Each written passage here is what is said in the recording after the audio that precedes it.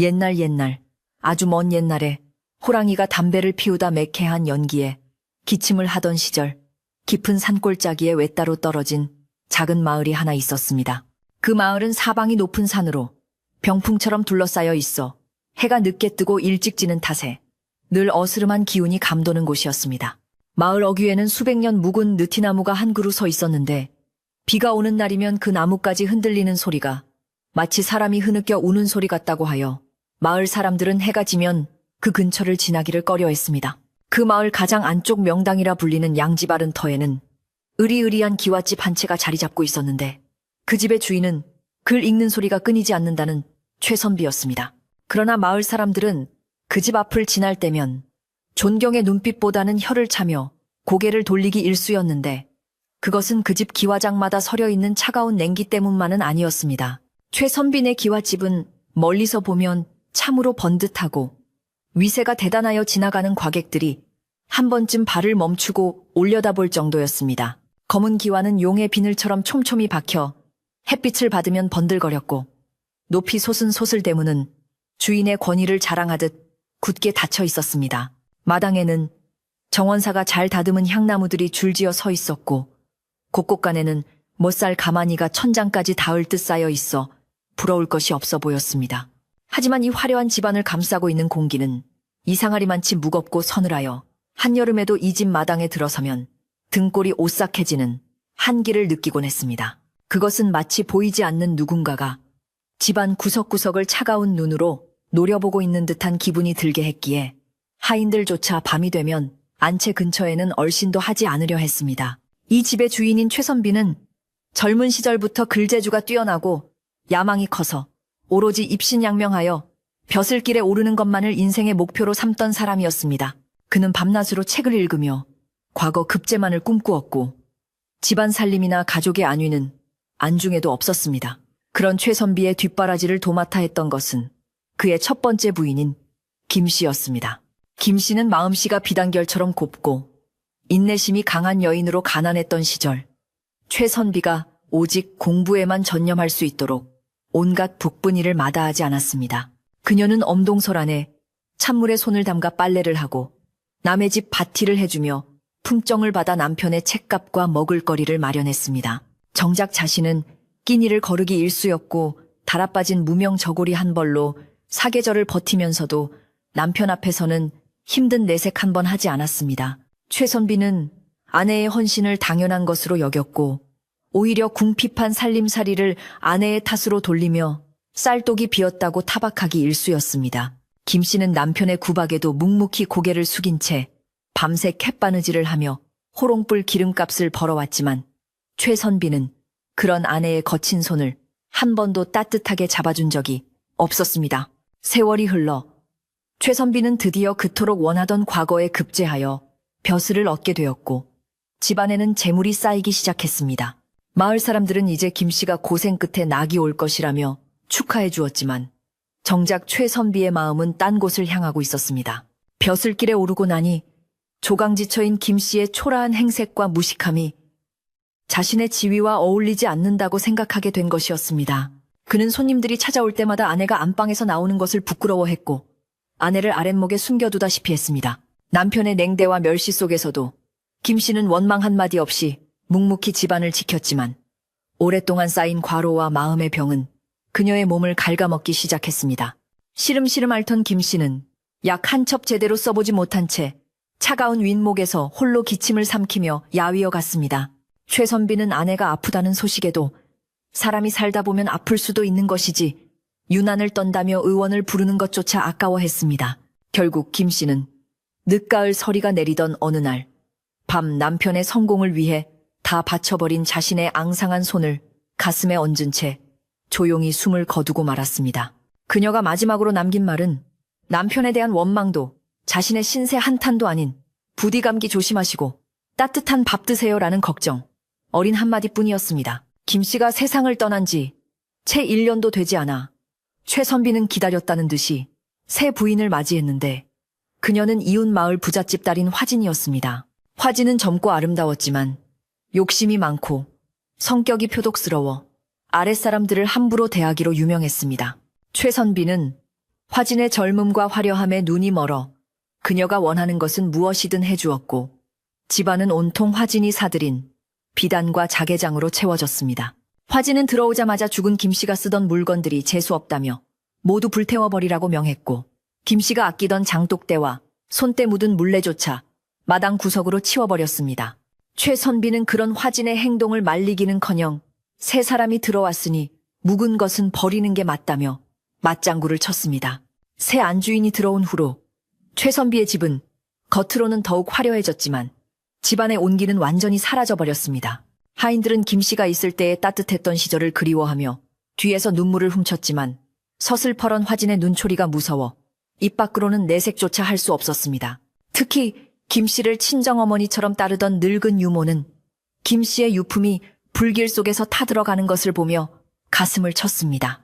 유모는 타다 남은 김씨의 빗 하나를 몰래 주어 품속 깊이 감추며 언젠가 이 집안에 닥쳐올 재앙을 예감한 듯 긴 한숨을 내쉬었습니다. 그러나 최선비는 화진과 함께 매일같이 기름진 음식을 먹고 비단 이불을 덮으며 자신이 누리는 이 호사가 영원할 것이라 믿어 의심치 않았습니다. 어느덧 계절이 바뀌어 산천 초목이 앙상한 가지를 드러내는 늦가을이 되었습니다. 찬바람이 문풍지를 때리는 소리가 유난히 거칠어지기 시작할 무렵 최선비는 밤마다 알 수 없는 불면증에 시달리기 시작했습니다. 자리에 누우면 분명 아궁이에 불을 뗐음에도 불구하고 등 밑에서부터 차가운 냉기가 올라와 뼈마디가 시려 잠을 이룰 수 없었습니다. 처음에는 그저 날씨 탓이려니 여겼지만 아무리 두꺼운 이불을 덮어도 그 한기는 사라지지 않았고 오히려 살속을 파고드는 듯한 섬뜩한 느낌마저 들었습니다. 게다가 꿈속에서는 하얀 소복을 입은 여인이 등을 돌리고 앉아 무언가를 계속해서 다듬는 모습이 흐릿하게 보이곤 했는데 잠에서 깨어나면 식은땀으로 온몸이 흠뻑 젖어 있었습니다. 최선비가 잠을 설친 다음 날 아침이면 새 부인 화진은 짜증 섞인 목소리로 투덜거렸습니다. 영감, 어젯밤에 도대체 무슨 잠꼬대를 그리 하십니까? 밤새 끙끙 앓는 소리에 저까지 잠을 설쳤습니다. 최선비는 차마 꿈 이야기를 할 수 없어 그저 몸이 조금 고단하여 그런 모양이라며 얼버무렸지만 마음 한구석에는 찜찜한 기분이 가시질 않았습니다. 그는 서재에 앉아 책을 읽으려 해도 글자가 눈에 들어오지 않았고 자꾸만 시선이 창밖의 대나무 숲으로 향했습니다. 바람에 흔들리는 대나무 그림자가 마치 머리를 풀어헤친 여인의 모습처럼 보여 쏘스라치게 놀라기도 했습니다. 최선비는 자신이 헛것을 보는 것이라며 고개를 세차게 흔들었지만 불안감은 잉크가 번지듯 서서히 그의 마음을 잠식해 들어갔습니다. 그러던 어느 날 최선비는 마루에 앉아 곰방대를 태우다 문득 달력을 보게 되었습니다. 날짜를 확인한 그의 미간이 찌푸려졌는데 바로 사흘 뒤가 죽은 전처 김씨의 첫 제삿날이었기 때문입니다.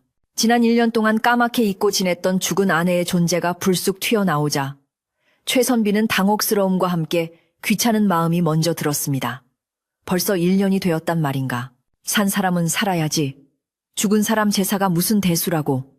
그는 애써 태연한 척하며 곰방대를 재떨이에 털었지만 손끝이 미세하게 떨리는 것을 스스로도 느낄 수 있었습니다. 그는 제사를 지내야 할지 말아야 할지 고민하며 안방 쪽을 힐끔거렸습니다. 화진이 이 사실을 알면 난리를 칠 것이 불보듯 뻔했기 때문입니다. 화진은 평소에도 죽은 김씨의 이야기만 나오면 질색을 하며 경기를 일으키곤 했습니다. 그녀는 자신이 이 집의 유일한 안주인이어야 한다는 강박에 사로잡혀 있었기에 죽은 전처의 흔적을 지우는 것에 집착했습니다. 최선비는 화진의 비위를 거스르고 싶지 않아 제사 이야기를 꺼내지 않고 조용히 넘어가고 싶었습니다. 그러나 마음 한편에서는 유교를 숭상하는 선비로서 조강지처의 첫 제사를 모른 척한다는 것이 도리에 어긋난다는 생각에 갈등이 일었습니다. 물론 그 도리라는 것도 아내에 대한 사랑이나 미안함보다는 남들의 이목과 자신의 체면을 중요시하는 마음에서 비롯된 것이었습니다. 그는 한참을 고민하다가 결국 제사를 간소하게라도 지내는 시벤만 하고 넘어가기로 마음먹었습니다. 하지만 그날 저녁 밥상머리에서 최선비가 조심스럽게 제사 이야기를 꺼내자마자 화진은 숟가락을 탁 내려놓으며 눈꼬리를 치켜떴습니다. 뭐라고요? 제사요. 지금 제 정신입니까? 내가 시퍼렇게 눈을 뜨고 살아있는데 이 집안에 죽은 귀신을 불러들이겠다는 말입니까? 화진의 목소리는 날카롭게 찢어져 마루를 울렸고 밥상을 나르던 하인들은 깜짝 놀라 몸을 움츠렸습니다. 최선비는 황급히 화진을 달래며 말했습니다. 아니 부인, 진정하시오. 거창하게 하자는 것이 아니라 그래도 첫 기일이니 술이나 한 잔 올리고 끝내자는 것이오. 남들 보는 눈도 있지 않소. 그러나 화진은 막무가내였습니다. 남들 눈이요 죽은 여자가 밥 먹여줍니까? 나는 절대 허락 못합니다. 정하고 싶으면 저 산소에 가서 혼자 하든가 하세요. 화진은 씩씩거리며 안방으로 들어가 버렸고 최선비는 덩그러니 남겨진 밥상 앞에서 긴 한숨을 내쉬었습니다. 그는 화진을 따라 들어가 달래줄까 하다가 괜히 긁어 부스럼을 만들까 싶어 그만두었습니다. 그래 산소에 갈 것도 없고 집에서 할 것도 없다. 그냥 조용히 지나가면 그만이지. 죽은 사람이 뭘 알겠어. 최선비는 스스로에게 변명을 하며 제사를 지내지 않기로 마음을 굳혔습니다. 마음을 그렇게 먹고 나니 차라리 속이 편해지는 듯 했습니다. 그는 남은 밥을 물에 말아 후루룩 넘기고는 서재로 건너가 일찍 잠자리에 들기로 했습니다. 하지만 그날 밤 집안의 공기는 전날과는 비교도 할 수 없을 만큼 차갑게 얼어붙기 시작했습니다. 깊은 밤, 최선비는 목이 말라 잠에서 깼습니다.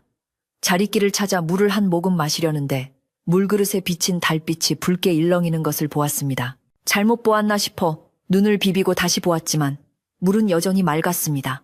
기분 탓이겠거니 생각하며 물을 마셨는데 물맛이 비릿한 쇠맛처럼 느껴져 도로 뱉어내고 말았습니다. 입안의 감도는 불쾌한 맛에 인상을 찌푸리며 창문을 열자 마당 한가운데에 있는 우물가에서 희미한 인기척이 느껴졌습니다.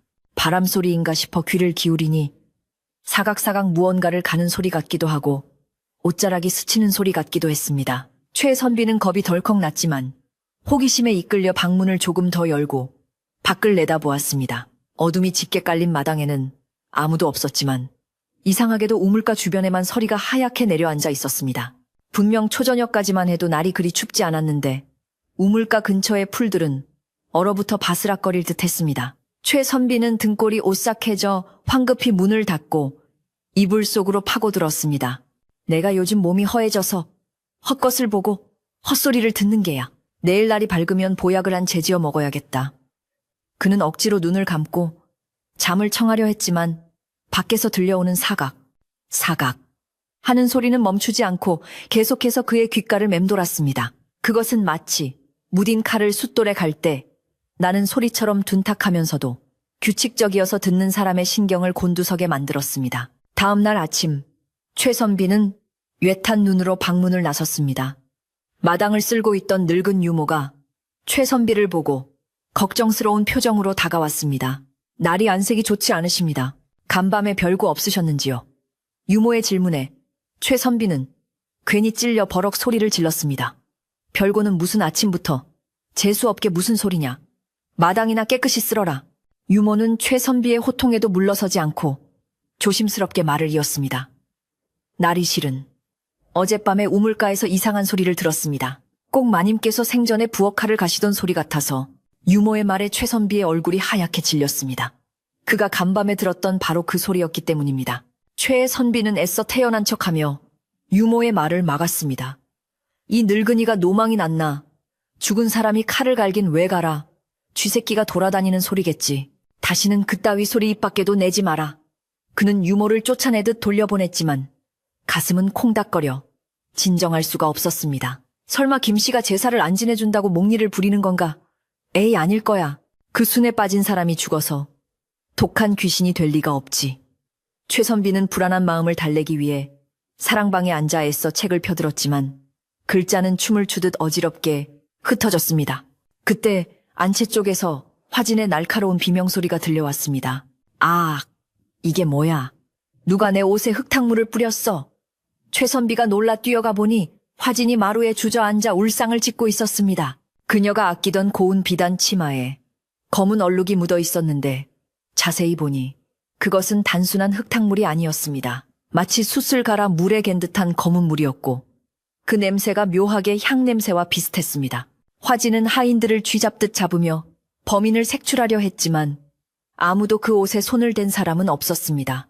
옷은 장롱 깊숙한 곳에 보관되어 있었기에 쥐나 고양이가 할 수 있는 짓도 아니었습니다. 최선비는 검게 얼룩진 치마를 보며 문득 김 씨가 죽기 전 약탕기를 끓이다가 태워 먹었던 숯덩이가 떠올라 모골이 송연해졌습니다. 집안 분위기는 점점 흉흉해졌습니다. 하인들은 삼삼오오 모여 수군거렸고 개들은 허공을 보고 지저대기 일쑤였으며 부엌에서는 멀쩡하던 그릇이 저절로 떨어져 깨지는 일이 빈번해졌습니다. 늙은 유모는 부엌 한 구석에 정화수를 떠놓고 몰래 비손을 했지만 집안을 감도는 흉한 기운은 사그라들기는커녕 점점 더 짙어져만 갔습니다. 최선비는 이 모든 일이 자신의 죄책감에서 비롯된 망상일 것이라 스스로를 다독였지만 눈앞에서 벌어지는 기이한 현상들까지 부정할 수는 없었습니다. 그는 화진 몰래 창고 구석을 뒤져 김 씨가 쓰던 낡은 경대를 찾아내었습니다. 먼지 쌓인 거울을 닦아내자 그 속에는 겁에 질린 자신의 얼굴이 비치고 있었습니다. 그리고 제삿날 아침이 밝았습니다. 하늘은 잔뜩 찌푸려 금방이라도 눈이 쏟아질 것 같았고 바람은 매섭게 불어와 마당에 먼지를 일으켰습니다. 최선비는 아침 일찍 일어나 밖을 내다보았는데 대문 앞에 까마귀 떼가 새까맣게 앉아 울어대고 있었습니다. 가거라.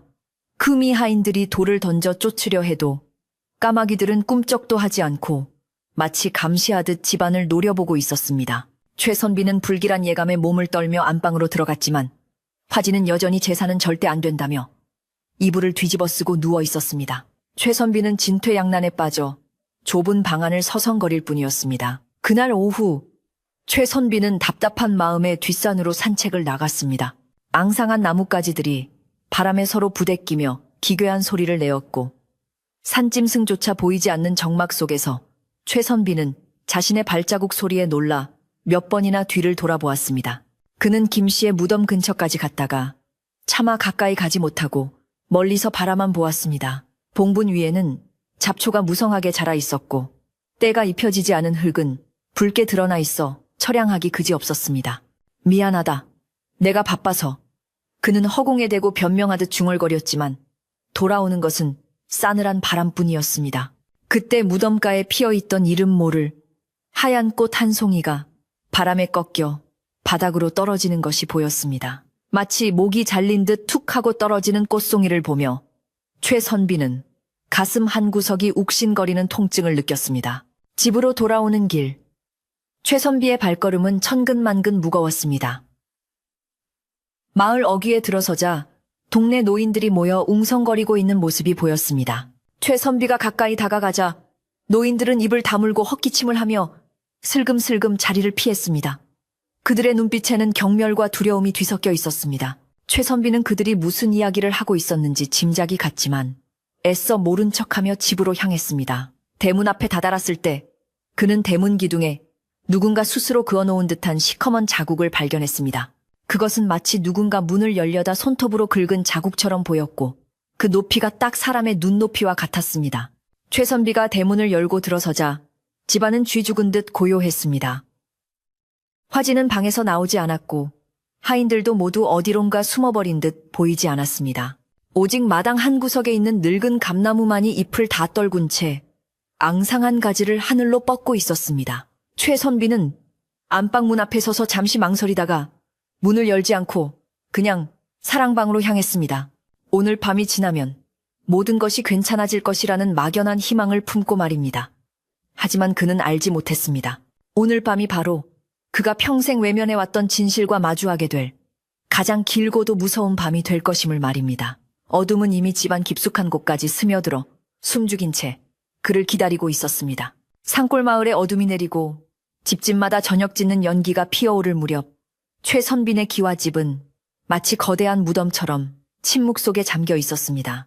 마을 사람들은 저녁상을 물리고 일찍 잠자리에 들 준비를 했지만 유독 최선빈의 집만은 불이 환하게 켜져 있었음에도 인기척 하나 느껴지지 않았습니다. 늦가을의 차가운 밤 공기가 대청마루를 휘감고 돌았고 마당에 놓인 빈 장독들은 바람이 스칠 때마다 웅웅거리는 소리를 내어듣는 사람의 마음을 불안하게 만들었습니다. 최선비는 사랑방에 앉아 책장을 넘기고 있었지만 글자는 눈에 들어오지 않고 온 신경이 바깥의 기척에 쏠려 있었습니다. 오늘이 바로 죽은 아내 김씨의 기일이라는 사실이 그의 가슴을 짓눌러 숨조차 편히 쉴 수 없게 만들었기 때문입니다. 안채에서는 새 부인 화진이 짜증 섞인 목소리로 하인들을 닥달하는 소리가 간간이 들려왔습니다. 아니, 방이 왜 이리 썰렁해? 아궁이에 불을 더 넣으라니까. 다들 귀가 먹었나? 화진은 집안의 감도는 음산한 기운을 떨쳐버리려는 듯 평소보다 더 크게 소리를 지르고 부산을 떨었습니다. 그녀는 오늘따라 유난히 등골이 서늘하고 누군가 자신의 뒤통수를 노려보는 듯한 느낌을 지울 수 없었습니다. 화진은 하녀를 시켜 방 안 곳곳에 촛불을 더 켜게 하고 비단 이불을 머리끝까지 끌어올렸지만 뼛속까지 파고드는 한기는 사라지지 않았습니다. 그녀는 이 모든 것이 죽은 전처의 기일이라서 기분 탓에 그런 것이라 애써 무시하려 했지만 덜덜 떨리는 손끝은 감출 수가 없었습니다. 그때 화진의 눈에 장롱 구석에 처박혀 있던 낡은 옷가지 하나가 들어왔습니다. 그것은 김씨가 생전에 즐겨 입던 무명 저고리였는데 화진이 미처 발견하지 못하고 버리지 않은 것이었습니다. 화진은 쏘스라치게 놀라며 저고리를 집어 던지듯 바닥에 내팽개쳤습니다. 이게 왜 아직도 여기 있어? 내가 저 여자가 쓰던 물건은 모조리 태워버리라고 하지 않았느냐? 화진의 고함에 하녀가 사색이 되어 달려왔습니다. 마님, 죄송합니다. 깊숙이 들어있어 미처 보지 못했습니다요. 화진은 분이 풀리지 않는지 씩씩거리며 하녀에게 저고리를 당장 아궁이에 쳐넣고 태워버리라고 명했습니다. 당장 가져가 재도 남지 않게 싹 태워버려. 재수없게 기일해. 이게 눈에 띄다니. 하녀는 떨리는 손으로 저고리를 집어들고 부엌으로 달려갔습니다. 부엌 아궁이에는 이미 장작불이 활활 타오르고 있었지만 이상하게도 부엌 안은 냉골처럼 차가웠습니다. 하녀가 저고리를 불길 속에 던져 넣자 평소라면 금방 타올라야 할 무명천이 매캐한 연기만 내뿜으며 시커멓게 그을리기 시작했습니다. 불길이 저고리를 피하듯 양옆으로 갈라지는 기이한 광경에 하녀는 입을 틀어막고 뒷걸음질 쳤습니다. 어머나, 이게 무슨 변고래. 저고리는 타지 않고 마치 살아있는 생물처럼 꿈틀거리는 듯 보였고 아궁이 속에서 피식 피식 하는 소리가 새어나왔습니다. 그것은 마치 누군가가 억울함을 호소하며 비웃는 소리 같아서 하녀는 더 이상 견디지 못하고 부엌을 뛰쳐나왔습니다. 부엌에서 피어오른 연기는 굴뚝을 타고 하늘로 올라가지 않고 뱀처럼 마당을 기어다니며 집안 전체를 감싸기 시작했습니다. 그 연기는 매캐하면서도 비릿한 냄새를 풍겼는데 맞는 사람으로 하여금 속을 메스껍게 만들었습니다. 최선비는 방 안으로 스며드는 연기 냄새에 창문을 열었다가 마당을 가득 채운 희뿌연 안개를 보고 깜짝 놀랐습니다.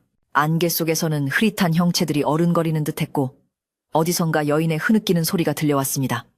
아이고, 아이고.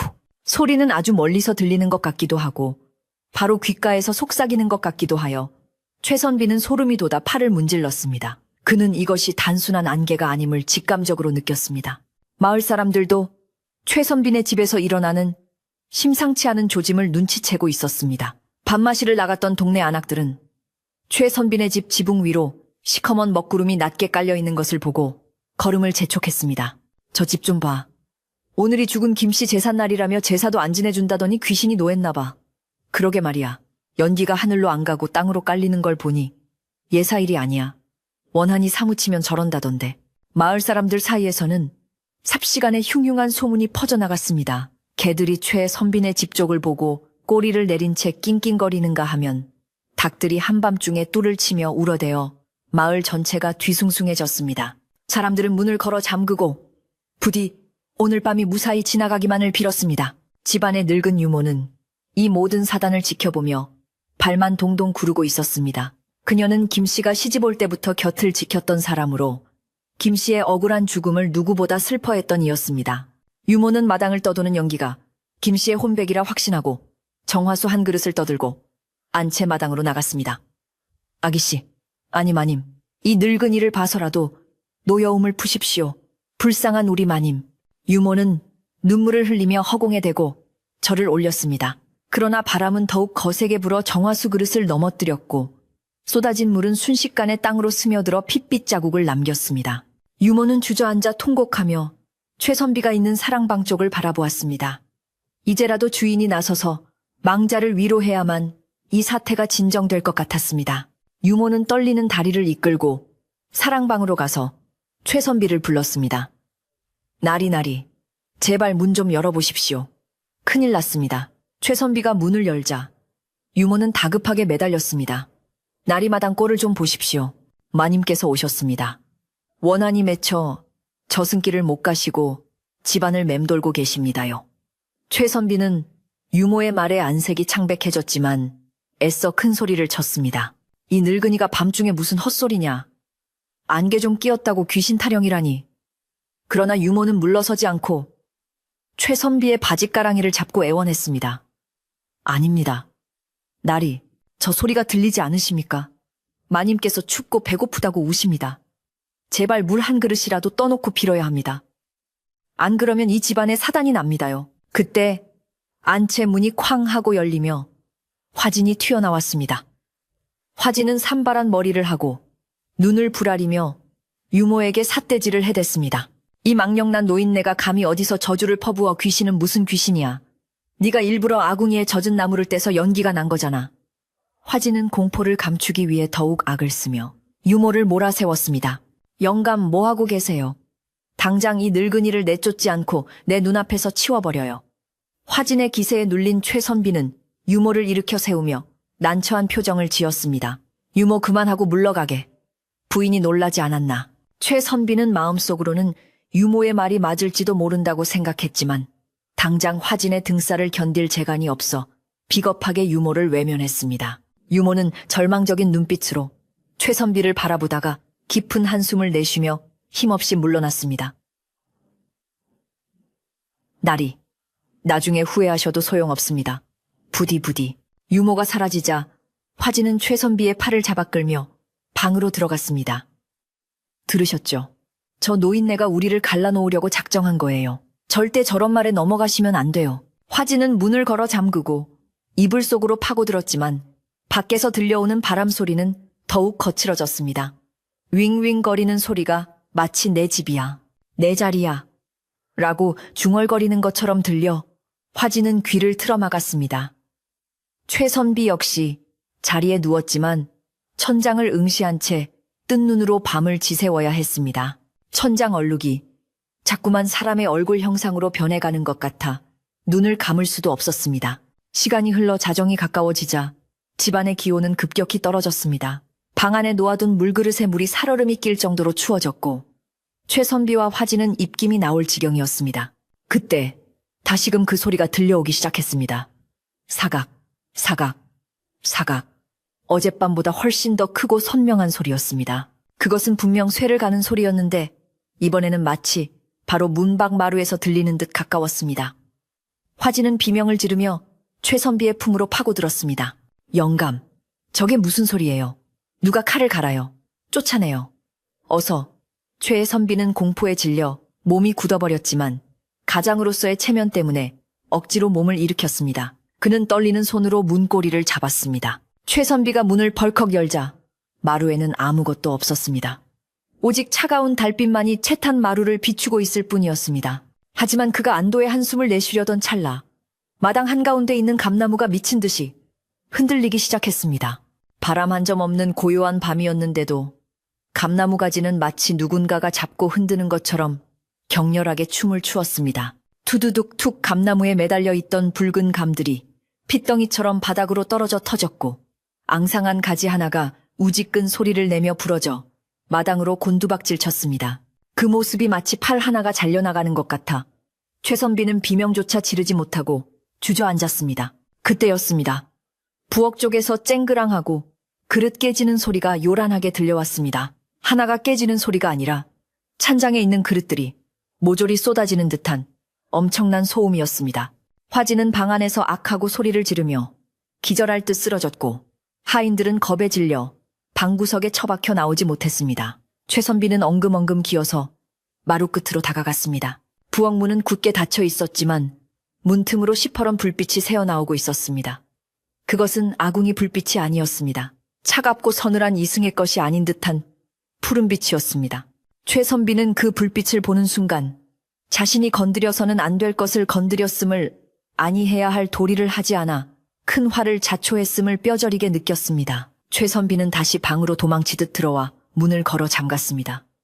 심장은 터질 듯 뛰었고 식은땀이 비오듯 흘러내렸습니다. 그는 화진을 흔들어 깨웠지만 화진은 공포에 질려 헛소리만 중얼거렸습니다. 잘못했어요. 아니야. 내가 안 그랬어. 저 여자가 약해서 죽은 거야. 화진의 헛소리는 최선비의 죄책감을 더욱 자극했습니다. 그는 김씨가 병들어 누워있을 때 물 한 모금 제대로 떠다 주지 않았던 자신의 비정함을 떠올렸습니다. 아내가 피를 토하며 기침할 때 시끄럽다고 인상을 찌푸리며 돌아 누웠던 자신의 모습이 주마등처럼 스쳐 지나갔습니다. 내가 죽일 놈이지. 내가 천벌을 받을 놈이야. 최선비는 머리를 감싸쥐고 괴로워했지만 밖의 기척은 점점 더 방을 향해 다가오고 있었습니다. 마루를 밟는 소리가 들려왔습니다. 삐걱, 삐걱. 아주 느리고 무거운 발걸음이었습니다. 그 발걸음은 사랑방 문 앞에서 멈췄습니다. 최선비는 숨을 죽이고 문 쪽을 응시했습니다. 문풍지 위로 그림자가 드리워졌습니다. 그것은 머리를 길게 풀어 헤친 여인의 그림자였는데 한 손에는 길쭉한 무언가를 들고 있었습니다. 그것은 누가 봐도 시칼의 형상이었습니다. 그림자는 문 앞에서 한참을 서성이다가 문풍지를 손톱으로 천천히 긁기 시작했습니다. 드르륵, 드르륵. 그 소리는 최선비의 신경을 갉아먹는 듯 끔찍했습니다. 최선비는 살려주시오 부인. 내가 잘못했소라고 소리치고 싶었지만 목구멍이 꽉 막혀 아무 소리도 나오지 않았습니다. 같은 시각 마을 노인들은 잠을 이루지 못하고 마을 정자나무 아래로 모여들었습니다. 그들은 모두 최선빈의 집 쪽을 바라보고 있었습니다. 집 주위로는 붉은 기운이 감돌고 있었고 이따금씩 섬광 같은 푸른 빛이 번쩍였습니다. 촌장이 혀를 차며 말했습니다. 물론 기어이 사단이 났구먼. 조강지쳐 눈에 피눈물 흘리게 하면 그 집안은 3대가 망한다더니 틀린 말이 아니야. 옆에 있던 노파가 거들었습니다. 저 집 담장 너머로 곡소리가 끊이질 않아. 원한 맺힌 귀신은 호랑이보다 무서운 법인데 최선비 그 양반 글공부만 했지. 사람 도리는 쥐뿔도 몰라서 이 화를 당하는 게지. 마을 사람들은 두려움과 안타까움이 섞인 눈빛으로 밤새도록 꺼지지 않는 최선빈의 집의 불빛을 지켜보았습니다. 다시 집안 공포는 극에 달했습니다. 화진은 이제 이불을 뒤집어 쓴 채 덜덜 떨기만 할 뿐 아무 말도 하지 못했고 최선빈은 벽에 등을 기댄 채 넋이 나간 사람처럼 앉아 있었습니다. 문 밖의 그림자는 사라졌지만 그 기척은 여전히 방 안을 맴돌고 있었습니다. 방 안의 촛불이 갑자기 사방으로 흩날리듯 요동치더니 순식간에 꺼져버렸습니다. 칠흑 같은 어둠이 찾아오자 최선비의 귓가에 서늘한 입김이 불어왔습니다. 여보, 배가 고파요. 밥 좀 줘요. 그것은 죽은 김씨의 목소리였습니다. 생전에 그 힘없고 가녀린 목소리가 아니라 땅속 깊은 곳에서 울려 나오는 듯한 쉰 목소리였습니다. 최선비는 비명을 지르며 성냥을 찾아 켰지만 불은 붙지 않았습니다. 어둠 속에서 최선비는 무언가 결단을 내려야만 한다고 생각했습니다. 이대로 있다가는 자신뿐만 아니라 화진, 그리고 집안 전체가 몰살당할지도 모른다는 공포가 엄습했습니다. 그는 덜덜 떨리는 손으로 옷매무새를 가다듬고 문 쪽으로 향했습니다. 유모의 말대로 지금이라도 향을 피우고 빌어야 했습니다. 비록 제사상은 차리지 못했더라도 향이라도 피워 아내의 혼을 달래야 한다는 생각이 뒤늦게 든 것입니다. 그는 어둠 속을 더듬어 문을 열고 마루로 나갔습니다. 차가운 밤 공기가 얼굴을 때렸지만 오히려 정신이 번쩍 드는 것 같았습니다. 그는 사랑방 구석에 있는 낡은 향로를 찾아들고 부들거리는 손으로 향을 꺼냈습니다. 최선비가 마루에 앉아 향로를 내려놓자 기이하게도 바람이 뚝 멈추었습니다. 마치 누군가가 그의 행동을 지켜보기 위해 숨을 죽인 것 같았습니다. 마당의 감나무도 깨진 장독대도 시커먼 연기도 모두 정지한 채 최선비를 주시하고 있었습니다. 최선비는 품에서 부싯돌을 꺼내 힘겹게 불을 붙였습니다. 불꽃이 일어나고 향끝에 불이 붙자 가느다란 연기가 피어오르기 시작했습니다. 부인, 내가 죽을 죄를 지었소. 늦었지만 이제라도 당신을 위해 향을 올리니 부디 노여움을 푸시오. 그는 눈물을 흘리며 향로 앞에 엎드렸습니다. 하지만 향 연기는 하늘로 흩어지지 않았습니다. 연기는 마치 살아있는 뱀처럼 벨리를 틀며 뭉치기 시작했습니다. 뭉쳐진 연기는 서서히 아주 서서히 형체를 갖추어 갔습니다. 처음에는 희뿌연 덩어리였던 것이 점차 사람의 형상을 띠기 시작했습니다. 머리카락 어깨, 그리고 가늘게 떨리는 손. 최선비는 고개를 들어 그 형상을 바라보았습니다. 그의 눈동자가 공포로 크게 확장되었습니다. 그것은 바로 죽은 아내 김 씨의 모습이었습니다. 하지만 생전에 온순했던 모습은 온데간데 없고 눈에서는 시뻘건 피눈물을 흘리고 있었습니다. 그리고 그녀의 손에는 최선비가 간밤에 소리를 들었던 바로 그 물건, 시퍼렇게 날이 선 식칼이 들려 있었습니다. 연기로 만들어진 칼날은 달빛을 받아 차갑게 번뜩였고 김 씨의 입가에는 서늘한 미소가 번졌습니다. 여보, 내가 왔어요. 향연기가 만들어낸 아내의 형상은 실로 기괴하면서도 가슴 저미도록 슬픈 모습이었습니다.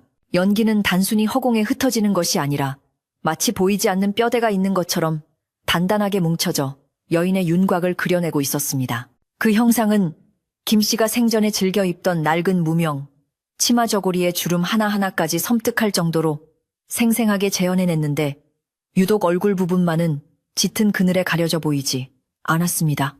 다만 그 어둠 속에서 두 개의 붉은 점이 타오르듯 빛나고 있었으니 그것은 이승에 대한 미련과 남편에 대한 원망으로 사무친 김 씨의 눈동자였습니다.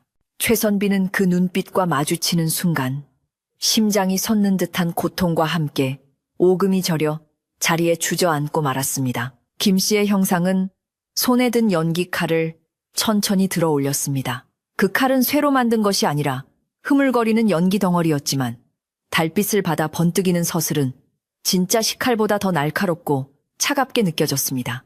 최선비는 그 칼이 자신의 목을 향해 날아올 것이라 생각하고 눈을 질끈 감았지만 칼은 그를 치는 대신 허공을 가르며 춤을 추듯 움직이기 시작했습니다. 짐진 칼이 움직일 때마다 바람을 가르는 소리가 났고 그 소리는 마치 김 씨가 생전에 부엌에서 도마질을 하던 소리와 겹쳐 들렸습니다. 그것은 사리를 담은 칼부림이라기보다는 평생을 바쳐 남편을 먹여 살렸던 그녀의 고단한 노동을 보여주는 서글픈 몸짓 같았습니다. 최선비는 공포 속에서도 기이한 환영을 보게 되었습니다. 연기 속에서 과거의 기억들이 파노라마처럼 스쳐 지나가는 것이었습니다. 한겨울 얼음장 같은 개울가에서 언손을 호호 불어가며 빨래를 하던 아내의 모습, 과거 시험을 보러 가는 자신의 보찜에 몰래 쌈짓돈을 넣어주던 거친 손길, 그리고 자신이 벼슬에 올랐다는 소식을 듣고 부엌 구석에 앉아 소리, 죽여 기쁨의 눈물을 흘리던 구분 등이 연기 속에 나타났다 사라졌습니다. 그 모든 장면 속에서 자신은 언제나 아내를 등지고 있었거나 아내의 희생을 당연하다는 듯 외면하고 있었습니다. 최선비의 가슴 깊은 곳에서 뜨거운 무언가가 울컥 치밀어 올랐습니다. 그것은 단순한 두려움이 아니라 뼈를 깎는 듯한 후회와 죄책감이었습니다. 그때 안방문이 거칠게 열리며 화진이 비명을 지르며 뛰쳐나왔습니다. 악 뜨거워. 이게 뭐야. 화진의 몸에는 아무런 불도 붙어있지 않았지만 그녀는 마치 불길에 휩싸인 사람처럼 온몸을 비틀며 마당으로 굴러 떨어졌습니다. 화진은 자신의 목을 감싸 쥐고 부르거렸는데 그녀의 목에는 마치 누군가가 보이지 않는 손으로 조르는 듯한 붉은 손자국이 선명하게 떠오르고 있었습니다. 연기 형상은 춤을 멈추고 천천히 고개를 돌려 화진을 바라보았습니다. 형상의 붉은 눈빛이 화진에게 고정되자 화진은 사색이 되어 뒷걸음질 쳤습니다. 잘못했어요. 아니야. 내가 그런 게 아니야. 당신이 약해서 죽은 거잖아. 왜 나한테 그래? 화진의 입에서 터져나온 말은 숨겨져 있던 추악한 진실의 조각이었습니다. 최선비는 화진의 말에 귀를 의심하며 그녀를 쳐다보았습니다. 김 씨가 죽기 직전 병세가 악화된 것은 단순히 몸이 약해서가 아니었습니다. 화진은 당시 이웃 마을에 살면서 최선비와 내통하고 있었고 최선비가 김 씨를 위해 지어온 약을 중간에서 가로채거나 김 씨가 듣는 데서 최선비와의 관계를 떠벌리며 병든 여인의 마음에 씻을 수 없는 상처를 주었던 것입니다. 김 씨는 육신의 병보다 마음의 병, 남편에 대한 배신감과 절망으로 인해 삶의 끈을 놓아버린 것이었습니다. 최선비는 그 사실을 까맣게 모른 채 혹은 알려고 하지 않은 채 김 씨의 죽음을 방치했던 것입니다. 연기 형상은 더욱 거세게 일렁이며 집안을 집어삼킬 듯 부풀어 올랐습니다. 마당에 쌓여있던 낙엽들이 회오리 바람에 휘말려 공중으로 치솟았고 기와지붕이 들썩거릴 정도로 강한 진동이 집 전체를 울렸습니다. 곳곳간 문이 저절로 열리더니 안에 쌓여있던 쌀가마니들이 터져나갔고 하얀 쌀알들이 썩은 것처럼 검게 변해 마당으로 쏟아졌습니다. 그것은 집안의 복이 다하고 재앙이 시작되었음을 알리는 명백한 징조였습니다. 하인들은 마당 구석에 모여 벌벌 떨며 아이고 마님 노여움을 푸소서라며 비명을 질렀고 집안의 개들은 거품을 물고 쓰러졌습니다. 이 아비규환 속에서 유일하게 정신을 차리고 있는 사람은 늙은 유모뿐이었습니다. 유모는 마당 한복판으로 뛰어들더니 무릎을 꿇고 앉아 피 맺힌 목소리로 외쳤습니다. 마님 불쌍한 우리 아기씨, 제발 멈추십시오. 이러시면 저승길도 못 가시고 구천을 떠도는 악귀가 되십니다. 인연이 대신 벌을 받을 테니 부디 그 칼을 거두어 주십시오. 유모의 눈물은 볼을 타고 흘러내려 땅을 적셨고 그녀의 간절한 호소는 광란에 휩싸인 집안의 작은 파동을 일으켰습니다. 연기 형상은 유모의 목소리에 반응하듯 잠시 움찔하더니 손에 든 칼을 아래로 천천히 내렸습니다. 하지만 그 칼끝은 여전히 최선비의 심장을 겨누고 있었습니다. 최선비는 유모의 외침을 듣고서야 비로소 정신이 번쩍 들었습니다. 그는 자신이 지금껏 헛된 욕망에 눈이 멀어 짐승만도 못한 짓을 저질렀음을 깨달았습니다. 그는 비틀거리는 다리로 일어나 마루에서 마당으로 내려갔습니다. 그리고는 진흙탕이 된 마당 바닥에 무릎을 꿇고 이마가 땅에 닿도록 머리를 조아렸습니다. 부인, 여보, 내가 죽을 죄를 지었소. 당신이 그토록 고생할 때 따뜻한 말 한마디 못해주고 당신이 죽어갈 때 딴 계집에게 눈이 팔려 있었소. 나를 죽이시오. 내 목을 쳐서 당신의 한이 풀린다면 기꺼이 내 목을 내놓겠소. 최선비의 목소리는 울음과 뒤섞여 처절하게 울려 퍼졌습니다. 최선비가 진심으로 참회하며 눈물을 흘리자 연기 형상의 붉은 눈빛이 조금씩 옅어지는 듯 했습니다. 그러나 그것으로 끝날 일이 아니었습니다. 집안에 숨겨져 있던 또 다른 비밀이 드러나기 시작했습니다. 화진이 괴로워하며 몸부림치다 품속에서 무언가를 떨어뜨렸는데 그것은 낡고 녹슨 비녀였습니다. 그 비녀는 김씨가 시집 올 때 친정어머니에게서 물려받은 유일한 폐물이었습니다. 김씨가 죽기 전 잃어버렸다며 애타게 찾던 바로 그 비녀였습니다. 화진이 그것을 훔쳐 숨기고 있었던 것입니다. 최선비는 흑투성이가 된 비녀를 보고 망연자실했습니다. 이것이 왜 자네 품에서 나오는가? 화진은 고통 속에서도 도끼 어린 눈으로 소리쳤습니다. 그래, 내가 가져갔다. 저 여자가 가진 것 중에 제일 감나가 보이길래 내가 챙겼어. 죽을 사람한테 그깟 비녀가 무슨 소용이야. 내가 이 집 안주인이 될 건데 그 정도는 내 차지여야지. 화진의 뻔뻔스러운 태도에 최선비는 말문이 막혔습니다. 그는 자신이 사랑했던 여인이 이토록 탐욕스럽고 잔인한 사람이었음을, 그리고 자신의 아내가 그 탐욕의 희생양이 되었음을 뼈저리게 확인했습니다. 최선비는 떨리는 손으로 비녀를 집어들고 가슴에 품었습니다. 비녀에서는 아직도 아내의 머릿기름 냄새가 희미하게 배어나오는 듯 했습니다. 그 순간 연기 형상이 다시금 크게 요동쳤습니다. 김씨의 원호는 화진의 말에 격분한 듯 연기 칼을 다시 높이 치켜들었습니다. 이번에는 단순히 겁을 주는 것이 아니었습니다. 칼 끝에서 뿜어져 나오는 살기는 주위의 공기마저 얼어붙게 만들었습니다. 유모가 안 됩니다라고 소리치며 달려들었지만 보이지 않는 벽에 부딪힌 듯 튕겨나갔습니다. 최선비는 본능적으로 화진 앞을 가로막아 섰습니다. 비록 화진이 밉고 원망스러웠지만 자신의 집에서 또 다른 죽음이 일어나는 것을 볼 수는 없었기 때문입니다. 부인, 제발 그만하시오. 모든 것은 내 탓이오. 나를 치시오. 최선비가 앞을 막아서자 연기 칼은 최선비의 코앞에서 멈추었습니다. 연기 형상의 얼굴 부분이 일렁이더니 처음으로 흐릿하게나마 김씨의 생전 얼굴이 드러났습니다. 야위고 뱃쑥한 얼굴. 하지만 눈가에는 슬픔이 가득 고여 있었습니다. 그녀는 입을 열지 않았지만 최선비의 머릿속에는 그녀의 목소리가 뚜렷하게 들려왔습니다. 왜 이제야 저를 보아주십니까? 제가 살아있을 때는 한 번도 보지 않으시더니 이제야 제 눈물이 보이십니까? 그 목소리는 원망보다는 깊은 탄식에 가까웠습니다. 최선비는 미안하오, 정말 미안하오라는 말만 되풀이하며 오열했습니다. 이 소란스러운 밤마을 사람들 또한 더 이상 침묵하고 있지 않았습니다. 최선빈의 집 담장 너머로 피어오르는 기이한 연기와 비명소리를 듣고 촌장을 비롯한 마을 장정들이 횃불을 들고 대문 앞으로 몰려왔습니다. 이복에 최선비 안에 무슨 일인가 문을 열어보게 촌장의 다급한 목소리가 들려왔지만 대문은 안에서 걸어 잠근 듯 꼼짝도 하지 않았습니다. 사람들은 담장 너머로 보이는 연기 형상을 보고 기겁을 하며 뒤로 물러섰습니다. 저것 봐. 귀신이다. 김씨 부인. 귀신이 나타났다. 마을 전체가 공포에 휩싸였지만 동시에 그들은 이 사태가 인과응보임을 알고 있었습니다. 집안에서는 최선비가 결단을 내렸습니다. 그는 더 이상 숨거나 피할 곳이 없음을 알았습니다. 이 원한을 풀기 위해서는 거짓 없는 고백과 처절한 속죄만이 유일한 길임을 깨달았습니다. 그는 비틀거리는 몸을 일으켜 유모에게 말했습니다. 유모 대문을 열게. 마을 사람들을 모두 들어오게 하게. 유모는 놀란 눈으로 최선비를 쳐다보았지만 이내 그의 뜻을 알아차리고 고개를 끄덕였습니다. 알겠습니다. 나리. 최선비는 옷매무새를 바로 하고 마당 한가운데 정저하고 앉았습니다. 그의 앞에는 연기 형상이 여전히 칼을 든 채 서 있었고 뒤에는 공포에 질린 화진이 쓰러져 있었습니다. 대문이 열리자 횃불을 든 마을 사람들이 조심스럽게 마당으로 들어섰습니다. 그들은 눈앞에 펼쳐진 믿을 수 없는 광경에 입을 다물지 못했습니다. 붉은 눈을 한 거대한 연기, 형상 썩어버린 쌀피처럼 붉게 얼룩진 우물가, 그리고 그 가운데 죄인처럼 꿇어앉은 최선비. 촌장이 떨리는 목소리로 물었습니다. 최선비, 이게 도대체 무슨 병고인가? 최선비는 마을 사람들을 향해 그리고 허공에 떠있는 아내의 혼을 향해 천천히 입을 열었습니다.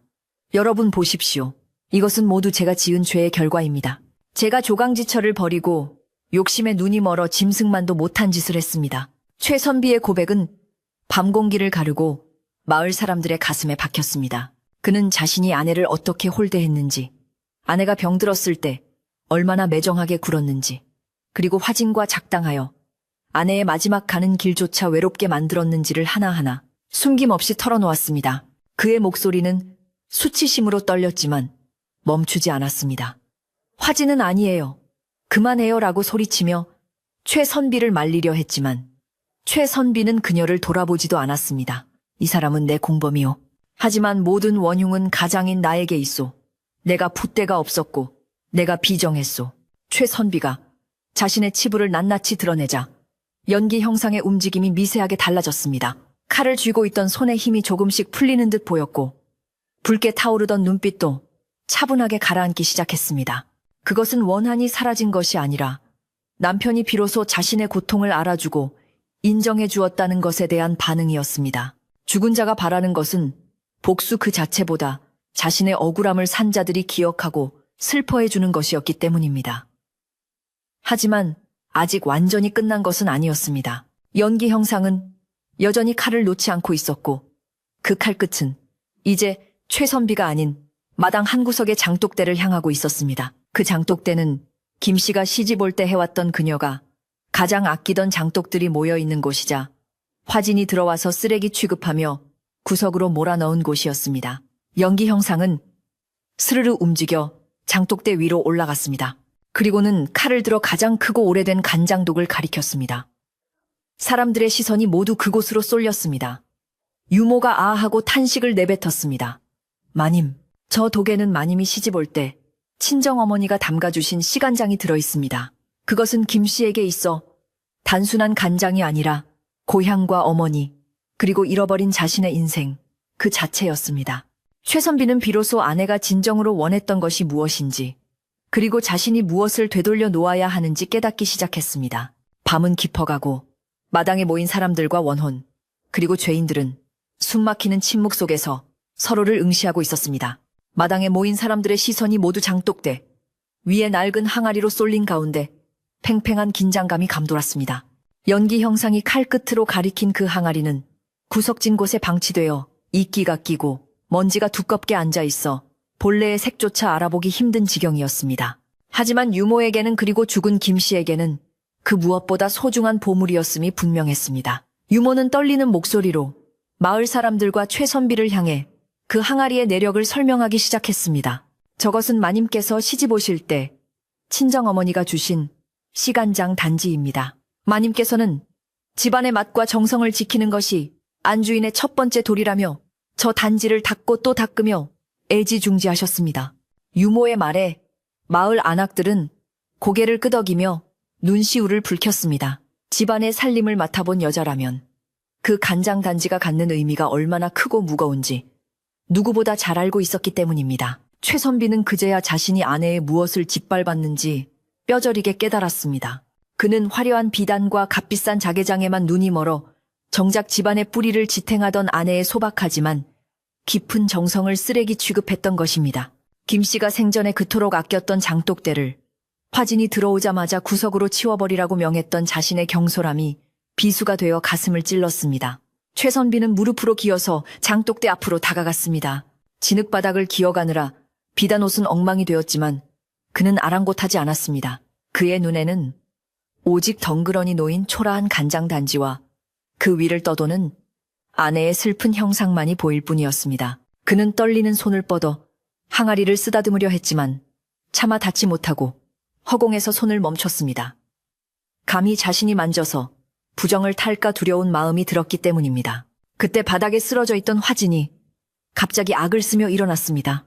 그녀는 마을 사람들의 비난, 어린 시선과 최선비의 참회하는 모습에 견딜 수 없는 모멸감과 공포를 느꼈습니다. 그리고 이 모든 사단이 저 낡은 항아리 하나 때문에 벌어진 일이라는 생각에 미치자 억눌려 있던 도끼가 폭발하고 말았습니다. 이깟 냄새나는 항아리가 뭐라고, 죽은 여자가 남긴 귀신, 단지 따위 내가 다 깨버릴 거야. 화진은 마당 구석에 있던 돌멩이를 집어들고 장독대를 향해 미친 듯이 달려들었습니다. 그녀의 눈은 뒤집혀 있었고 입가에는 거품이 물려 있어 흡사 광인과도 같았습니다. 마을 사람들이 안 돼 라고 소리치며 말릴 새도 없이 화진은 장독대 위로 뛰어 올라갔습니다. 화진이 돌을 들어 항아리를 내리치려는 순간 믿을 수 없는 일이 벌어졌습니다. 항아리 위에 떠있던 연기 형상이 순식간에 회오리 바람처럼 변하더니 화진의 몸을 휘감아 버린 것입니다. 뒤악 화진은 외마디 비명을 지르며 허공으로 붕 떴다가 마당 바닥으로 내동댕이 쳐졌습니다. 그녀가 들고 있던 돌은 엉뚱한 곳으로 날아가 담장 기와를 깨뜨렸습니다. 연기는 다시금 칼을 든 여인의 형상으로 돌아왔는데 이번에는 그 크기가 집채만큼 커져서 화진을 내려다보고 있었습니다. 형상의 눈에서 뿜어져 나오는 붉은 빛은 마치 당장이라도 화진을 태워버릴 듯 강렬했습니다. 화진은 공포에 질려 살려주세요. 잘못했어요. 라며 바닥을 기며 뒷걸음질 쳤지만 다리가 풀려 제대로 일어서지도 못했습니다. 마을 촌장이 나서서 엄한 목소리로 꾸짖었습니다. 천벌을 받을 사람 같으니라고 감히 조상 대대로 내려온 장맛을 끊으려 하고 죽은 사람의 혼까지 욕보이려 하다니. 내 죄는 하늘이 알고 땅이 안다. 마을 사람들도 웅성거리며 화진을 향해 손가락질을 했습니다. 저런 표독한 여자가 들어왔으니 집안이 망조가 들지. 김씨 부인이 얼마나 한이 맺혔으면 저러겠어. 화진은 사면초가에 몰려 어찌할 바를 몰랐습니다. 그녀가 믿었던 최선비마저 그녀를 외면한 채 장독대를 지키듯 막아서고 있었습니다. 최선비는 화진을 향해 단호하게 말했습니다. 그만하시오. 더 이상 내 집안을 더럽히지 말고 당장 물러가시오. 자네는 이 집의 안주인이 될 자격이 없소. 최선비의 축객령은 화진에게 사형 선고나 다름없었습니다. 그녀는 믿을 수 없다는 듯 최선비를 쳐다보았지만 그의 눈빛은 이미 싸늘하게 식어 있었습니다. 화진은 억울함과 분함에 몸을 떨었지만 눈앞에 거대한 귀신 형상과 분노한 마을 사람들의 기세에 눌려 더 이상 버틸 재간이 없었습니다. 그때 연기 형상이 들고 있던 칼을 높이 쳐들었습니다. 모두가 숨을 죽이고 비명을 삼켰습니다. 칼이 화진을 향해 내려꽂힐 것이라 생각했기 때문입니다. 하지만 김씨의 혼은 살생을 원하지 않았습니다. 그녀가 원한 것은 자신의 자리를 되찾고 집안의 기운을 바로잡는 것이었습니다. 칼은 화진을 베는 대신 화진과 최선비 사이의 허공을 맹렬하게 갈랐습니다. 사악 하는 소리와 함께 보이지 않는 끈이 끊어지는 듯한 느낌이 마당 전체에 퍼졌습니다. 그 칼질 한 번으로 집안을 짓누르던 무거운 공기가 거짓말처럼 갈라졌습니다. 화진은 마치 무언가에 떠밀리듯 대문 밖으로 비틀거리며 밀려나갔습니다. 그녀는 신발도 제대로 신지 못한 채 헝클어진 머리를 하고 어둠 속으로 도망치듯 사라졌습니다. 마을 사람들은 그녀의 뒤에 대고 소금을 뿌리며 다시는 이 마을에 얼씬도 하지 말라고 소리쳤습니다. 화진이 사라지자 연기 형상은 다시 장독대 위로 돌아와 조용히 맴돌았습니다. 형상의 붉은 눈빛은 이제 많이 옅어져 있었고 칼을 쥔 손도 힘이 풀려 아래로 늘어뜨려져 있었습니다. 최선비는 비로소 안도의 숨을 내쉬며 자신의 옷소매를 걷어 올렸습니다. 최선비는 가장 곱고 비싼 비단, 옷소매로 더러워진 간장 단지를 닦기 시작했습니다.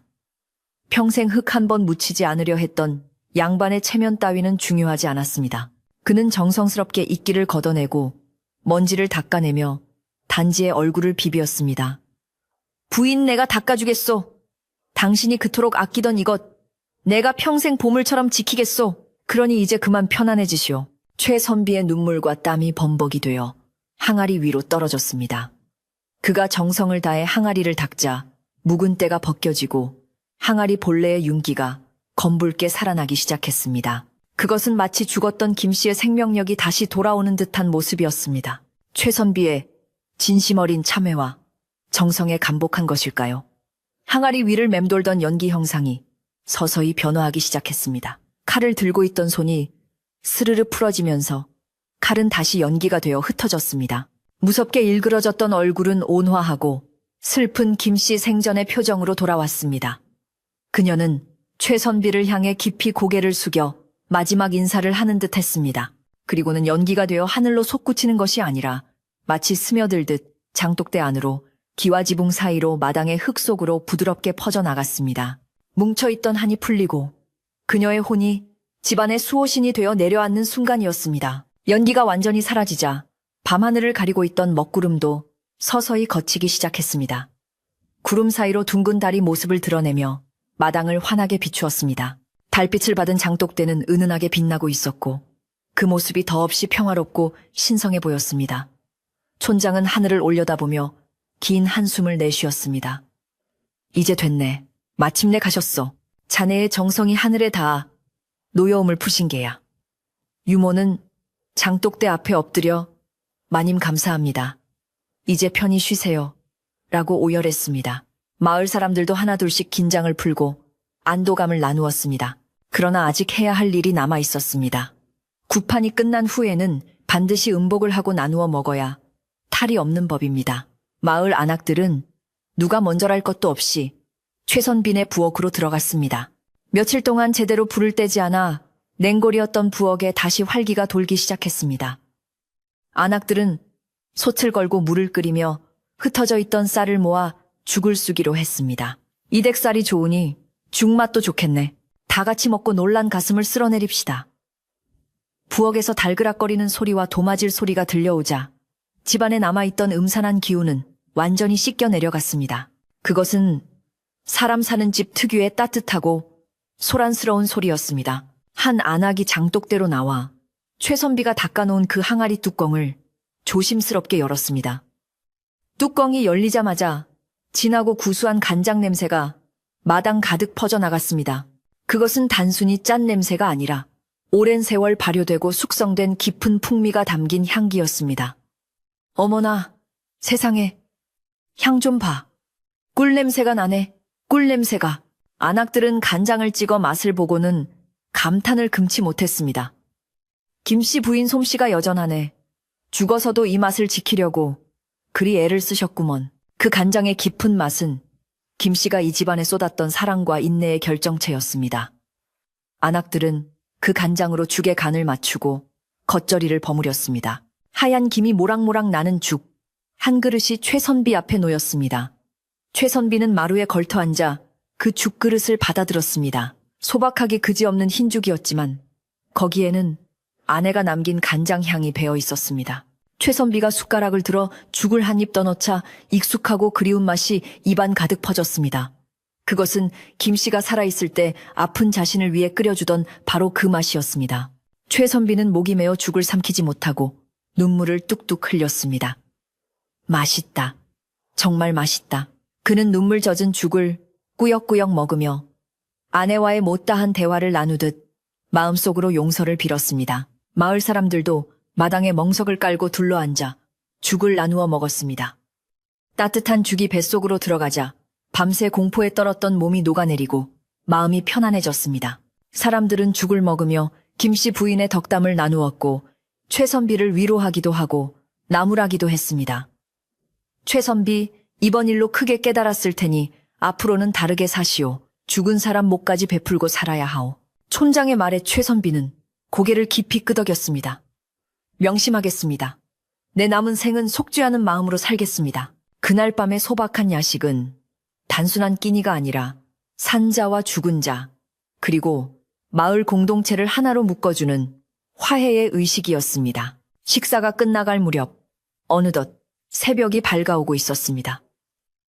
동쪽 하늘이 희끄무레하게 밝아오며 산봉우리의 능선이 드러났습니다. 밤새 울어대던 까마귀 소리는 그치고 대신 참새들이 지저귀는 소리가 들려왔습니다. 마당 한 구석 부러졌던 감나무 가지 옆에는 어느새 파릇파릇한 새순이 돋아난 듯한 착각이 들 정도로 생기가 돌았습니다. 마을 사람들은 빈 그릇을 치우고 집안 곳곳을 정리해 주었습니다. 깨진 기와를 한쪽으로 치우고 넘어진 장독들을 다시 세워주며 최선빈의 집이 다시 일어설 수 있도록 도왔습니다. 그것은 단순한 노동이 아니라 마을의 안녕을 위한 공동의 노력이었습니다. 사람들이 모두 돌아가고 최선빈은 홀로 장독대 앞에 섰습니다. 그는 이제 더 이상 화려한 벼슬아치의 모습이 아니었습니다. 흙투성이 옷을 입고 눈은 퉁퉁 부었지만 그의 표정은 그 어느 때보다 편안해 보였습니다. 그는 항아리 뚜껑을 덮으며 나직이 속삭였습니다. 여보, 이제 편히 쉬시오. 이 집은 내가 잘 지키겠소. 당신이 남긴 이 장맛이 변치 않도록 매일 닦고 살피겠소. 아침 햇살이 장독대를 비추자 검은 항아리는 마치 보석처럼 반짝였습니다. 바람이 불어왔지만 어젯밤의 칼날 같은 바람이 아니라 뺨을 부드럽게 어루만지는 훈풍이었습니다. 최선비는 사랑방으로 돌아가 벼슬길에 오를 때 입었던 관복을 꺼내어 개켰습니다. 그리고는 서재에 있던 딱딱한 경전 대신 아내가 생전에 즐겨 읽던 언문 소설책을 꺼내 먼지를 털었습니다. 그는 이제야 비로소 진정한 가장이, 진정한 남편이 될 준비가 된 것 같았습니다. 집안은 고요했지만 그 고요함은 적막이 아니라 평온함이었습니다. 마당의 늙은 유모도 부엌에서 설거지를 하며 조용히 흥얼거리는 소리가 들려왔습니다. 모든 것이 제자리를 찾아가고 있었습니다. 폭풍우가 지나간 자리에 비로소 맑은 샘물이 고이듯 최선비의 집에도 뒤늦게나마 참된 평화가 찾아오고 있었습니다. 그날 밤에 거친 폭풍우가 지나가고 난 뒤 최선빈의 기와집에는 거짓말처럼 평온한 봄이 찾아왔습니다. 흉흉했던 소문으로 발길이 끊겼던 집 앞에는 따스한 햇살이 내려앉았고 귀신이 나온다며 피해 다니던 마을 사람들도 이제는 아무런 거리낌 없이 대문 앞을 지나다니게 되었습니다. 겨우내 얼어붙었던 마당의 흙은 부드럽게 풀려 생명의 기운을 머금기 시작했고 죽은 듯이 앙상했던 감나무 가지 끝에는 연두색 새순이 수줍게 고개를 내밀었습니다. 최선비는 아침마다 마당에 나와 그 새순을 바라보며 혹독한 겨울을 견뎌내고 다시 피어나는 생명에 대해 그리고 용서받은 자신의 삶에 대해 깊이 감사하는 시간을 가졌습니다. 집안을 감싸고 있던 음산한 냉기는 온데간데 없이 사라지고 대신 흙냄새와 장냄새가 어우러진 구수한 향기가 집안을 채웠습니다. 최선비의 모습 또한 예전과는 완전히 달라져 있었습니다. 빳빳하게 풀을 먹인 비단 옷, 대신 활동하기 편한 무명, 바지와 저고리를 입고 직접 마당을 쓸고 텃밭을 가꾸었습니다. 과거 급제를 위해 밤낮으로 매달렸던 어려운 한문 서적들은 서재 깊숙한 곳에 갈무리에 두고 대신 집안 살림을 돌보는 법과 농사 짓는 법을 익히는데 정성을 쏟았습니다. 그는 더 이상 헛된 명예나 높은 벼슬을 탐하지 않았습니다. 자신이 진정으로 지켜야 할 것은 나라의 정사가 아니라 먼저 떠난 아내가 그토록 아끼고 사랑했던 이 집안의 작은 평화와 이웃 간의 정임을 뼈저리게 깨달았기 때문입니다. 그의 얼굴에서는 도끼와 오만함이 빠져나가고 대신 흙을 만지는 사람 특유의 투박하지만 선한 미소가 자리 잡았습니다. 특히 최선비가 하루 중 가장 공을 들이는 일은 바로 장독대를 닦는 일이었습니다. 그는 매일 아침 세수를 하고 정갈한 마음으로 장독대에 올라 아내의 혼이 깃든 그 낡은 시간장 항아리를 마른 행주로 정성껏 닦았습니다. 비가 오나 눈이 오나 하루도 거르지 않는 그의 정성 덕분에 한때 먼지 구덩이 속에 방치되었던 항아리들은 이제 윤이 반질반질하게 흘러 거울처럼 얼굴이 비칠 정도가 되었습니다. 유모는 그런 최선비의 뒷모습을 보며 눈시울을 붉히곤 했습니다. 마님께서 살아계실 적에 저런 모습을 보셨으면 얼마나 기뻐하셨을까. 유모의 혼잣말 속에는 안타까움과 함께 이제라도 제자리를 찾은 주인에 대한 안도감이 섞여 있었습니다.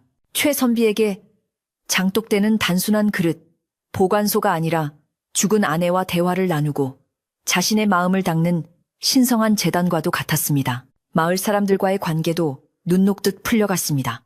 최선비는 곳간에 쌓여있던 쌀가마니를 풀어 마을의 가난한 이웃들에게 나누어 주었습니다. 지난밤 귀신 소동으로 놀랐을 마을 사람들에게 사죄하는 의미이자 생전에 베풀기를 좋아했던 아내의 뜻을 기리기 위함이었습니다. 이 쌀은 제 아내가 여러분께 드리는 선물입니다. 부디 맛있게 드시고 저희 집 사람을 기억해 주십시오. 최선비가 직접 쌀자루를 메고 집집마다 찾아다니며 고개를 숙이자 마을 사람들은 그의 진심을 의심하지 않았습니다. 사람들은 사람이 한번 죽다 살아나더니 정말로 새 사람이 되었다며 칭찬을 아끼지 않았고 최선빈의 집에서 밥 짓는 연기가 피어오르면 흐뭇한 표정으로 바라보게 되었습니다. 쫓겨난 화진에 대한 소문은 바람결에 드문드문 들려왔습니다. 그녀는 친정으로 돌아갔으나 그곳에서도 받아주지 않아 먼 타관으로 떠돌다가 어느 절에 들어가 비구니가 되었다는 소문도 있었고 미쳐서 거리를 헤맨다는 흉흉한 소문도 있었습니다. 하지만 최선비는 그 소문에 귀를 기울이지도 화진을 원망하지도 않았습니다. 모든 것은 자신의 부덕함에서 비롯된 일이라 여겼기에 그저 그녀가 어디에 있든 죗값을 치르고 마음의 평안을 얻기를 바랄 뿐이었습니다. 화진이 떠난 자리는 비었지만 집안은 오히려 꽉 찬 느낌이었습니다. 욕심과 허영이 빠져나간 자리에 소박함과 진정성이 채워졌기 때문입니다. 하인들도 더 이상 눈치를 보지 않고 웃으며 일할 수 있게 되었고 집안 곳곳에서는 다시 활기찬 웃음소리가 들려왔습니다. 계절이 바뀌어 여름이 되자 마당의 감나무는 짙푸른 녹음을 들이우며 시원한 그늘을 만들어 주었습니다. 최선비는 더운 한낮이면 감나무 아래 평상을 펴고 앉아 유모가 내어오는 시원한 오미자차를 마시며 땀을 식혔습니다. 그럴 때면 나비가 날아와 장독대 주변을 맴돌다 가곤 했는데 최선비는 그 나비를 볼 때마다 아내가 찾아온 것만 같아 한참을 눈으로 쫓았습니다.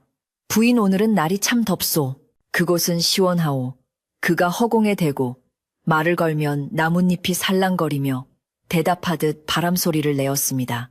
예전에는 공포의 대상이었던 바람소리가 이제는 다정한 아내의 속삭임처럼 들려 최선비는 편안하게 낮잠을 청할 수 있었습니다. 꿈속에서는 더 이상 칼을 든 여인이 나타나지 않았고 맑은 시냇물 소리와 함께 꽃밭을 거니는 평온한 꿈을 꾸었습니다. 가을이 깊어가면서 최선빈의 집 장맛은 인근 고을까지 소문이 자자해졌습니다. 유모와 최선비가 정성으로 관리한 시간장은 해가 갈수록 깊은 맛을 더해 그 간장으로 음식을 하면 잃었던 입맛도 돌아온다는 말이 돌 정도였습니다.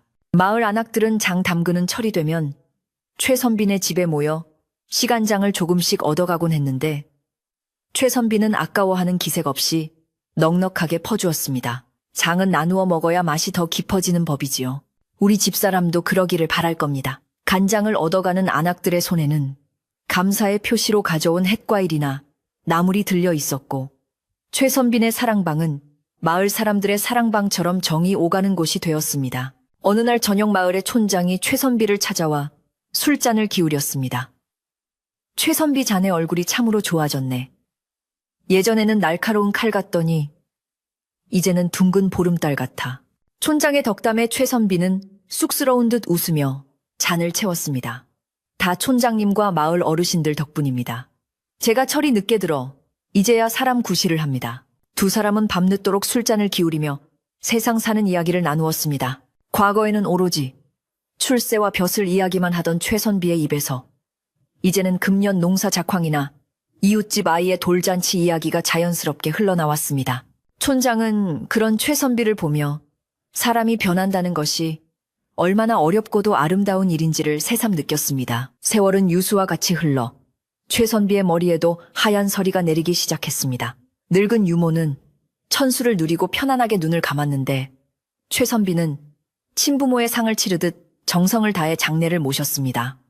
유모를 아내의 무덤과 양지 바른 곳에 묻어주며 최선비는 두 사람이 저승에서 만나 못다한 이야기를 나누며 웃고 있을 것이라 믿었습니다. 유모가 떠난 후에도 최선비는 외롭지 않았습니다. 마을 아이들이 수시로 드나들며 할아버지라고 부르며 따랐고 최선비는 아이들에게 글을 가르쳐 주거나 옛날 이야기를 들려주며 소일했습니다. 그의 이야기는 언제나 착하게 살아야 한다. 가족을 아껴야 한다는 교훈으로 끝을 맺곤 했습니다. 최선비는 매년 아내의 기일이 되면 그 옛날에 무서웠던 밤을 기억하며 제사를 올렸습니다. 하지만 이제 그 제사는 공포와 죄책감의 자리가 아니라 그리움과 감사의 자리가 되었습니다. 그는 가장 좋은 향을 골라 피우고 아내가 좋아했던 음식들을 정성껏 차려 올렸습니다.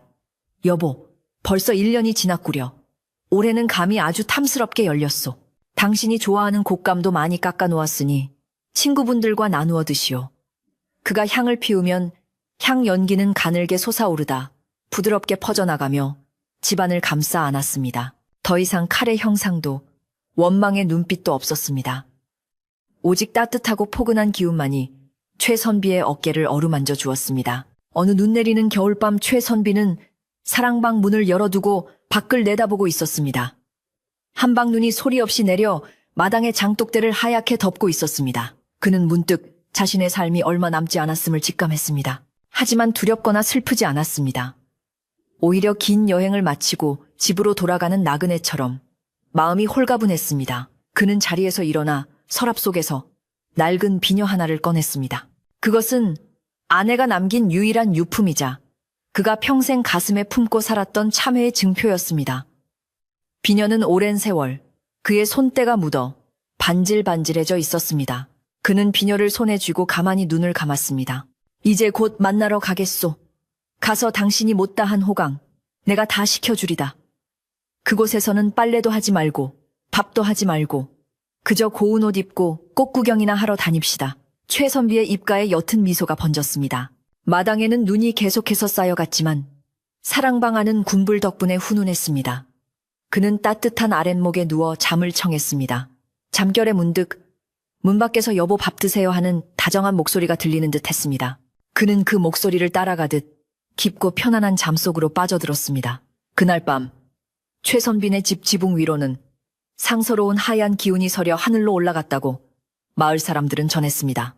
다음 날 아침 마을 사람들이 최선비를 발견했을 때 그는 마치 잠든 것처럼 평온한 얼굴로 세상을 떠나 있었습니다. 그의 손에는 낡은 비녀가 꼭 쥐어져 있었고 표정은 그 어느 때보다 행복해 보였습니다.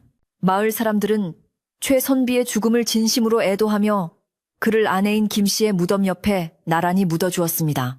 두 개의 무덤은 사이좋게 어깨를 맞대고 마을을 내려다보는 형상이 되어보는 이들의 마음을 뭉클하게 만들었습니다. 사람들은 그 무덤 앞을 지날 때마다 부부의 이야기를 떠올리며 부부간의 정과 도리에 대해 다시금 생각하곤 했습니다. 그 후로도 오랫동안 최선빈의 기와집은 마을의 자랑거리가 되었습니다. 주인이 없어도 집은 허물어지지 않았고 마을 사람들이 공동으로 관리하며 마을 회관처럼 사용하게 되었습니다. 장독대의 시간장은 마을의 보물로 대대로 전해져 내려왔는데 이상하게도 그 집 장독대에서 퍼온 간장은 아무리 퍼내어도 줄어들지 않았다고 합니다. 사람들은 그것이 죽은 김씨 부인과 최선비가 베푸는 마지막 선물이라 믿었습니다. 흉년이 들어 마을이 어려울 때면 그 집 뒤주에서는 쌀이 나왔고 전염병이 돌 때면 그 집 우물물로 씻은 사람들은 병이 낫는다는 전설 같은 이야기도 생겨났습니다. 비바람이 몰아치던 밤 원한과 공포로 가득 찼던 집은 이제 가장 따뜻하고 평화로운 안식처가 되었습니다. 사람들은 비가 오는 날이면 느티나무 아래가 아닌 최선빈의 처마 밑으로 모여들어 비를 피했습니다. 처마 끝에서 떨어지는 빗방울 소리는 마치 옥구슬이 구르는 듯 청아했고 그 소리를 듣고 있으면 마음의 근심 걱정이 모두 씻겨 내려가는 듯 했습니다. 아이들은 그 집 마당에서 뛰놀며 자라났고 노인들은 그 집 마루에 앉아 옛 이야기를 나누며 여생을 보냈습니다. 그곳은 산자와 죽은 자가 화해하고 과거의 잘못이 현재의 덕으로 승화된 기적의 공간이었습니다. 지금도 그 산골 마을에 가면 낡지만 기품 있는 기와집 한 채가 여전히 그 자리를 지키고 있다고 합니다. 밤이 깊어 사위가 고요해지면 그 집 장독대에서는 은은한 향 냄새가 바람을 타고 피어오른다고 합니다. 그 향기를 맡으면 잠 못 이루던 사람들도 스르르 눈이 감기고 마음속 깊은 곳에 있는 상처가 치유되는 듯한 포근함을 느낀다고 하지요.